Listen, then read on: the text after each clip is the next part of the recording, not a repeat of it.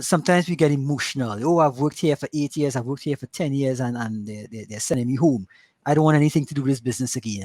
I'm take my pension and go, I'm cashing out. That's an emotional response. You don't want to get emotional.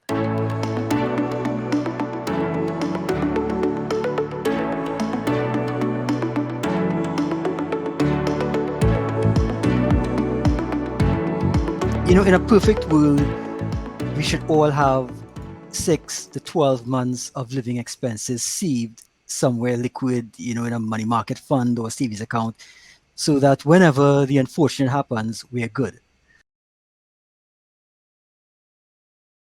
A must-do list if your job becomes a casualty of the pandemic. And by casualty, I just mean a financial casualty. If you've lost your job, it is an emotional time, it is a stressful time, but it is also a time to make financial decisions. If your job has become redundant, you're retrenched by your company, then severance pay is a factor. In Trinidad and Tobago, the minimum severance payment is set out under the Retrenchment and Severance Benefit Act. The minimum under the Act is calculated quite simply 2 weeks' pay at the basic rate, and that's your basic salary without any benefits. Basic rate for each year of service for workers who have completed more than 1 year but less than 5 years of continuous service, and 3 weeks' pay at the basic rate for the 5th year and for each succeeding year where the worker has served the employer for 5 years or more. Severance pay is tax exempt up to $500,000. First thing you want to do is divide your expenses into categories. And we're going to divide into 3 categories. Fixed expenses that you must be. And your must be expenses would be rent, your mortgage, loan payments, life insurance, property insurance. If you've got to pay your house insurance, your car insurance, property must be maintained. Utilities, so your phone bill, light bill, cable, internet, utilities continue, WASA rates. Continue these payments as scheduled. Falling behind will only place you in a worse financial situation. The second category would be expenses with room to trim. And we all have some room in our budget that we can trim. This could be things like eating out, entertainment. The third category would be expenses that you can suspend. Expenses you can suspend during the unemployment period. And these would be things such as your pension contribution, your annuity contributions, monthly savings plans. Notice I said suspend, not cancel.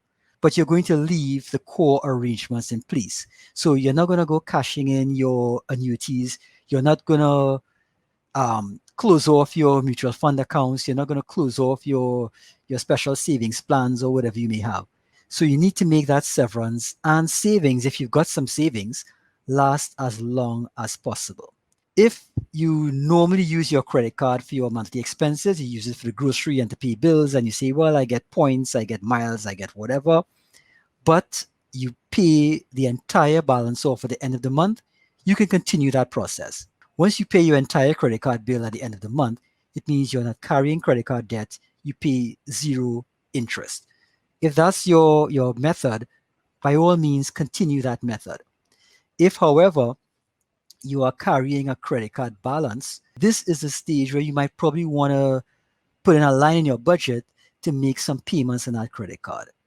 And you don't want to make the minimum monthly payment. You want to make a bit more, because at the minimum, it'll probably take you 20 years to repay that credit card.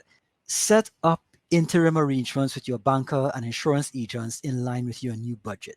Banks have been willing to accommodate people who have lost their jobs. So, go in to speak to your bank officer, see if you can make an arrangement to pay maybe interest only on your mortgage and loans for the next 3 months, if possible. If that's not possible, then maintain your monthly payments. Payments to annuities, pension plans can be suspended.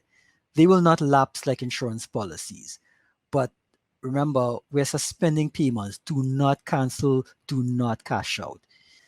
Sometimes we get emotional. Oh, I've worked here for 8 years, I've worked here for 10 years, and they're sending me home. I don't want anything to do with this business again. I'm take my pension and go, I'm cashing out. That's an emotional response. You don't want to get emotional.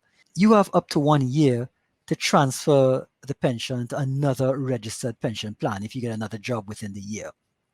Or You can leave your pension in trust until the minimum early retirement age, which is 50 to 55 for most plans. Resist the urge to take a rest.